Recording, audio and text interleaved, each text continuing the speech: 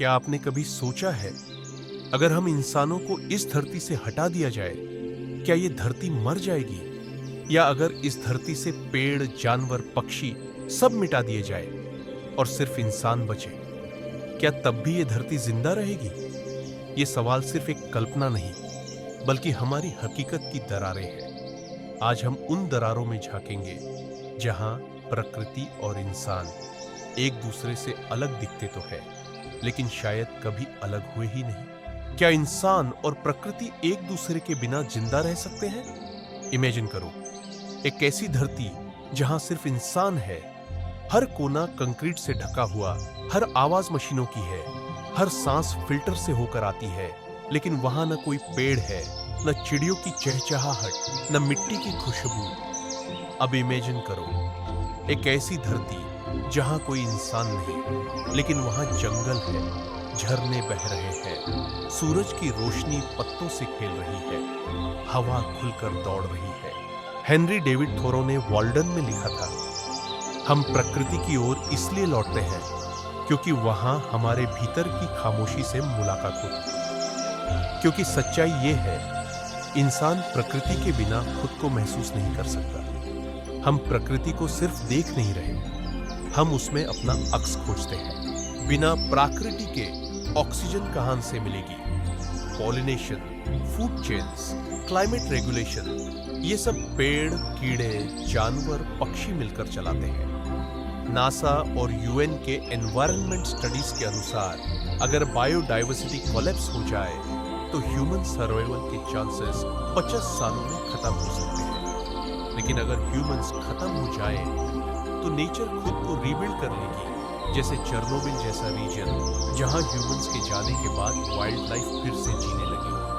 हम प्रकृति के बिना शायद जिंदा रह जाए, पर जी नहीं पाएंगे, और प्रकृति वो हमारे बिना भी हंस सकती है। तो सवाल ये नहीं कि क्या हम एक दूसरे के बिना रह सकते हैं, सवाल ये है कि हम कब समझेंगे कि हम अलग हैं ही नहीं। जब इंसान बिजी होता है तो फ्री टाइम में नेचर में ही क्यों जाना चाहता है? रोज की भागदौड़, शोरगुल, ट्रैफिक, मीटिंग्स और टाइम टेबल, जब हमें एक छोटा सा वक्त मिलता है तो हम कहां भागते हैं?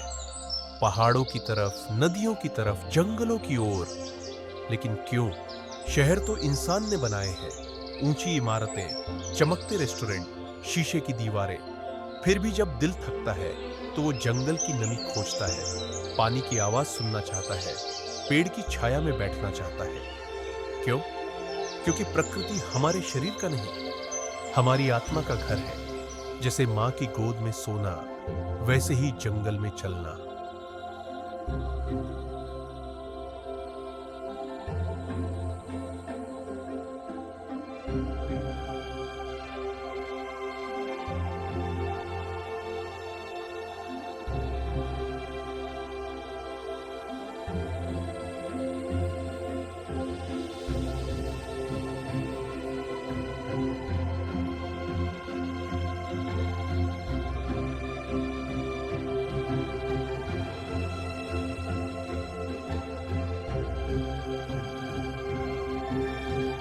सूफी पोएट रूमी कहते हैं, the soul is from elsewhere, I am sure of that and I intend to end up there. मालूम है कि मेरी आत्मा की उत्पत्ति कहीं और है, और मैं निश्चित रूप से जानता हूं कि मुझे वहीं वापस लौटना है, वहीं मेरा असली घर है। हम प्रकृति में वापस नहीं जाते, हम अपने भीतर लौटते हैं। हार्वर्ड और स्टैनफोर्ड जैसे रिसर्च सेंटर्स का कहना है, नेचर में 30 मिनट्स रहने से ही स्ट्रेस हार्मोन कॉर्टिसोल 20% तक कम हो जाता है, हार्ट रेट, बीपी नॉर्मलाइज हो जाता है। इसलिए तो जापान में फॉरेस्ट बेदिंग एक थेरेपी है, जहां लोग पेड़ों के बीच बस चुपचाप रहते हैं बिना कुछ बोले, और डिप्रेशन कम होता है। बिल्डिंग्स हमने बनाई हैं, लेकिन नेचर ने हमें बनाया है। जब भी हम खुद से दूर चले जाते हैं, प्रकृति हमें फिर से मिलाने बुलाती है, क्योंकि वो जानती है हम उसी मिट्टी से बने हैं जिससे उसकी हर शाख, हर कली, हर जमीन बनी है। इंसानों की फितरत और प्रकृति की फितरत में क्या फर्क है? क्या दोनों फैलना चाहते हैं? फितरत मतलब स्वभाव। एक इंसान की फितरत क्या है? बढ़ना, बनाना, पाना, बचाना और कभी-कभी मिटाना। और प्रकृति की फितरत बस बैलेंस, फैलना भी, सिमटना भी, देना भी, लेना भी। लेकिन इंसान और प्रकृति दोनों फैलना चाहते हैं, लेकिन प्रकृति सीमाओं का सम्मान करती है। वो जानती है ज्यादा फैलने पर खुद टूट जाएगी, पर इंसान वो फैलता है बिना रुके, बिना देखे। वो हर चीज पर हक चाहता है, धरती पर भी, आसमान पर भी। गीता में कहा गया है, जो संतुलन को खोता है वो अपने ही विनाश का कारण बनता है। प्रकृति का हार system, food chain, carbon cycle, rainfall एक परफेक्ट बैलेंस में चलता है। लेकिन human expansion, deforestation, overfishing, pollution इस सिस्टम के ओर डिस्टर्ब करता है। नासा और आईपीसीसी रिपोर्ट्स कहता है, अगर यही स्पीड रही तो 2050 तक more than 1 million species extinct हो सकती है। आयरनी ये है, हम उसी पेड़ की डाली काट रहे हैं जिस पर बैठे हैं। प्रकृति हमें खिलाती है और हम उसे जलाते हैं। प्रकृति हमें छांव देती है और हम उसकी जड़ें काटते हैं। इंसान कहता है मैं राजा हूं, लेकिन वो भूल जाता है राजा तभी तक रहता है जब तक राज्य जिंदा है। अगर इंसानों को स्पेस में नया घर मिल भी गया तो क्या वो पृथ्वी मां जैसा हाल वहां नहीं करेंगे? सोचो, एक दिन इंसानों को धरती जैसी कोई दूसरी दुनिया मिल जाए, हवा भी है, पानी भी, रहने लायक माहौल भी, तो क्या हम धरती को छोड़ देंगे? और अगर छोड़ भी दिया तो क्या यकीन है कि वहां हम अपनी पुरानी गलतियां नहीं दोहराएंगे?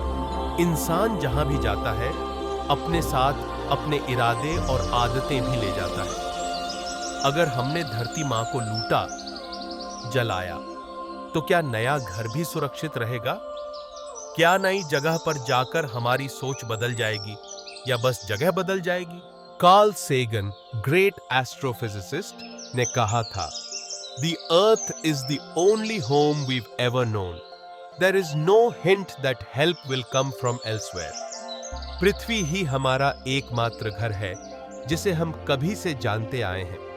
कहीं से भी किसी मदद के आने की कोई संभावना नहीं दिखती। इसका गहरा अर्थ यह है कि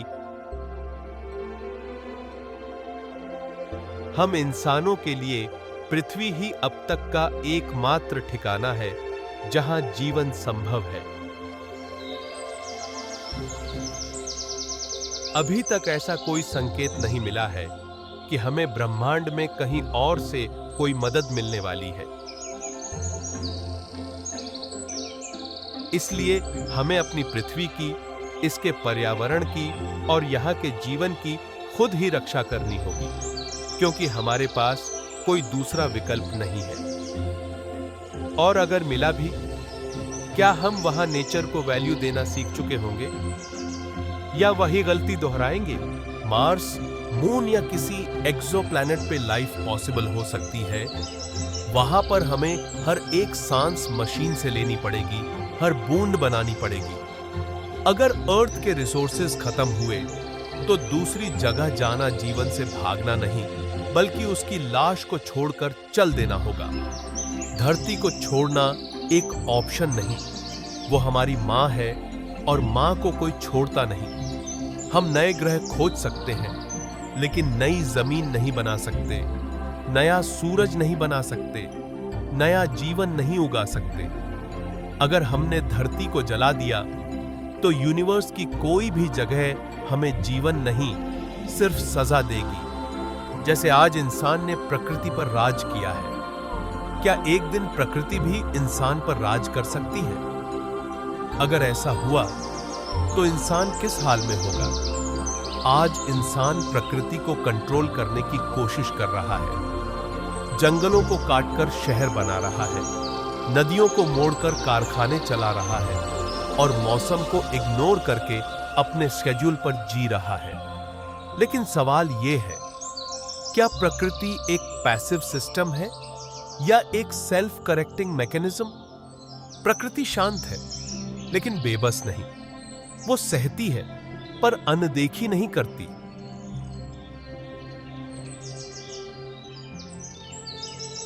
इंडियन स्क्रिप्चर्स जैसे ऋग्वेदा और भगवद गीता कहते हैं, प्रकृति जब संतुलन खोती है तब विनाश का पुनर्जन्म होता है। Climate change, floods, earthquakes, pandemics, ये सब प्रकृति के वार्निंग साइंस हैं। यूएन के डेटा के मुताबिक 2003 तक ही 200 मिलियन लोग नेचर ड्रिवन डिस्प्लेसमेंट का शिकार हो चुके हैं। अगर हम रुके नहीं तो ग्लेशियर्स गलेंगे, ओशंस ऊथेंगे, क्रॉप्स सूखेंगे और इंसान सिर्फ एक बेबस प्रजाति बन के रह जाएगा जो सिर्फ सरवाइव करेगा, जी नहीं पाएगा। प्रकृति का रिवेंज गुस्सा नहीं होता, वो नियम होता है। और जब नियम टूटते हैं तो प्रकृति खुद को ठीक करने निकल पड़ती है, चाहे उसे इंसानों को मिटाकर ही क्यों न करना पड़े। धरती हमें बुला रही है, सिर्फ सुनने के लिए, समझने के लिए और फिर बदलने के लिए। प्रकृति कोई कहानी नहीं, वो हमारा इतिहास भी है और भविष्य भी। आइए हम न सिर्फ धरती पर जिए बल्कि उसे अपने अंदर जगा लें।